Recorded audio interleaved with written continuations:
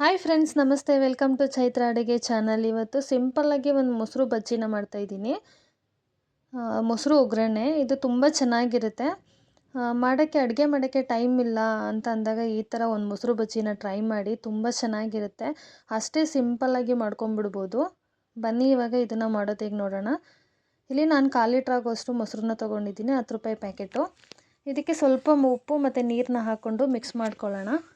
ಸ್ವಲ್ಪ ಗಟ್ಟಿ ಇರುತ್ತಲ್ಲ, ನಿಮಗೆ ಎಷ್ಟು ಬೇಕಾಗುತ್ತೋ ಅಷ್ಟು ನೋಡಿಕೊಂಡು ನೀರನ್ನ ಆ್ಯಡ್ ಮಾಡ್ಕೊಂಡು ಮಿಕ್ಸ್ ಮಾಡ್ಕೊಳ್ಳಿ.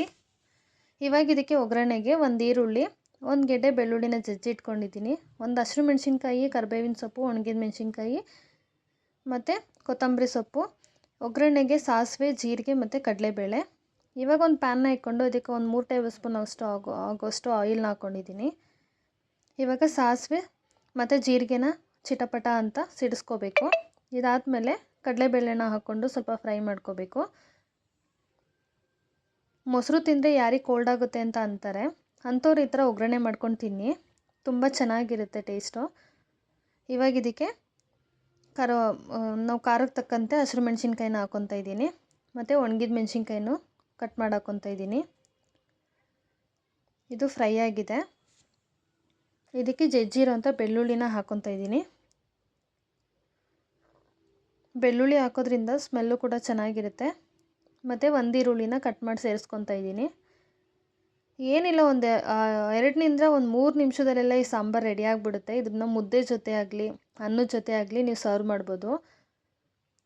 ಭಾನುವಾರ ಟೈಮು ಮಸಾಲೆ ಸಾಂಬಾರು ತಿಂದಿರ್ತೀರಾ, ಮಂಡೇ ಟೈಮ್ ಈ ಥರ ಲೈಟಾಗಿ ಏನಾದರೂ ಮಾಡ್ಕೊಳ್ಳಿ. ಇದು ಲಂಚ್ ಬಾಕ್ಸು ಕೂಡ ಮಾಡ್ಕೋಬೋದು. ಈಗ ಸ್ವಲ್ಪ ಅರಶಿನ ಮತ್ತು ಉಪ್ಪು ಹಾಕ್ಕೊಂಡು ಬೇಯಿಸ್ಕೊಳ್ಳೋಣ ಈರುಳ್ಳಿನ. ನಾವು ಆಲ್ರೆಡಿ ಮೊಸರಿಗೂ ಕೂಡ ಉಪ್ಪು ಹಾಕ್ಕೊಂಡಿರ್ತೀವಿ. ಇವಾಗ ಈರುಳ್ಳಿ ಬೇಯೋದಕ್ಕೋಸ್ಕರ ಸ್ವಲ್ಪ ಉಪ್ಪು ಹಾಕ್ಕೊಂಡು ಈರುಳ್ಳಿ ಸ್ವಲ್ಪ ಸಾಫ್ಟ್ ಆಗೋವರೆಗೂ ಬೇಯಿಸ್ಕೋಬೇಕು. ಈ ಥರ ಲೋ ಫ್ಲೇಮಲ್ಲೇ ಬೇಯಿಸ್ಕೊಳ್ಳಿ.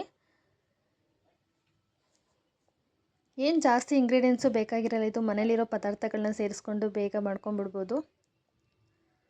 ರಾತ್ರಿ ಊಟಕ್ಕೆ, ಬೆಳಗಿನ ತಿಂಡಿಗೆ, ಲಂಚ್ ಬಾಕ್ಸಿಗೆಲ್ಲ ಮಾಡ್ಕೋಬೋದು. ಇವಾಗ ಈರುಳ್ಳಿ ಕೂಡ ಬೆಂದಿದೆ. ಇದಕ್ಕೆ ಕೊತ್ತಂಬರಿ ಸೊಪ್ಪನ್ನ ಆ್ಯಡ್ ಮಾಡಿಕೊಂಡು ಫ್ರೈ ಮಾಡ್ಕೊಳ್ಳಿ. ಇದಕ್ಕೆ ಬೇಕಿದ್ರೆ ನೀವು ಇನ್ನೊಂದು ಸ್ವಲ್ಪ ಖಾರದ ಪುಡಿನ ಆ್ಯಡ್ ಮಾಡ್ಕೋಬೋದು.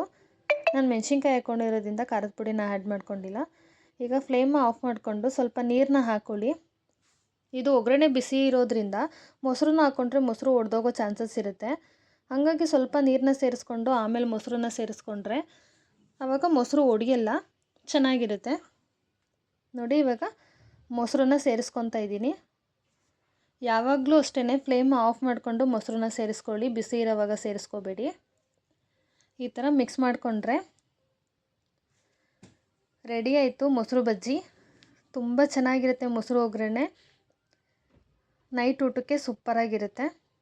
ನೋಡಿ ಎಷ್ಟು ಚೆನ್ನಾಗಿದೆ, ನೋಡ್ತಿದ್ರೇ ತಿನ್ನಬೇಕು ಅಂತ ಅನಿಸುತ್ತೆ, ಆ ಥರ ಚೆನ್ನಾಗಿದೆ. ಬಿಸಿ ಬಿಸಿ ಅನ್ನದ ಜೊತೆ ನೈಟ್ ಊಟಕ್ಕೆ ಸರ್ವ್ ಮಾಡ್ಕೊಳ್ಳಿ.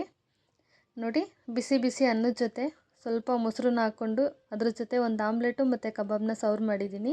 ಯಾರಿಗೆಲ್ಲ ಇಷ್ಟ ಆಯಿತು ಚೈತ್ರ ಅಡುಗೆ ಚಾನಲ್ನ ಸಬ್ಸ್ಕ್ರೈಬ್ ಮಾಡ್ಕೊಳ್ಳಿ, ಲೈಕ್ ಮಾಡಿ, ಶೇರ್ ಮಾಡಿ, ಕಮೆಂಟ್ ಮಾಡಿ, ಹೇಗಿತ್ತು ಅಂತ ಕಮೆಂಟ್ ಮಾಡಿ. Thank you so much.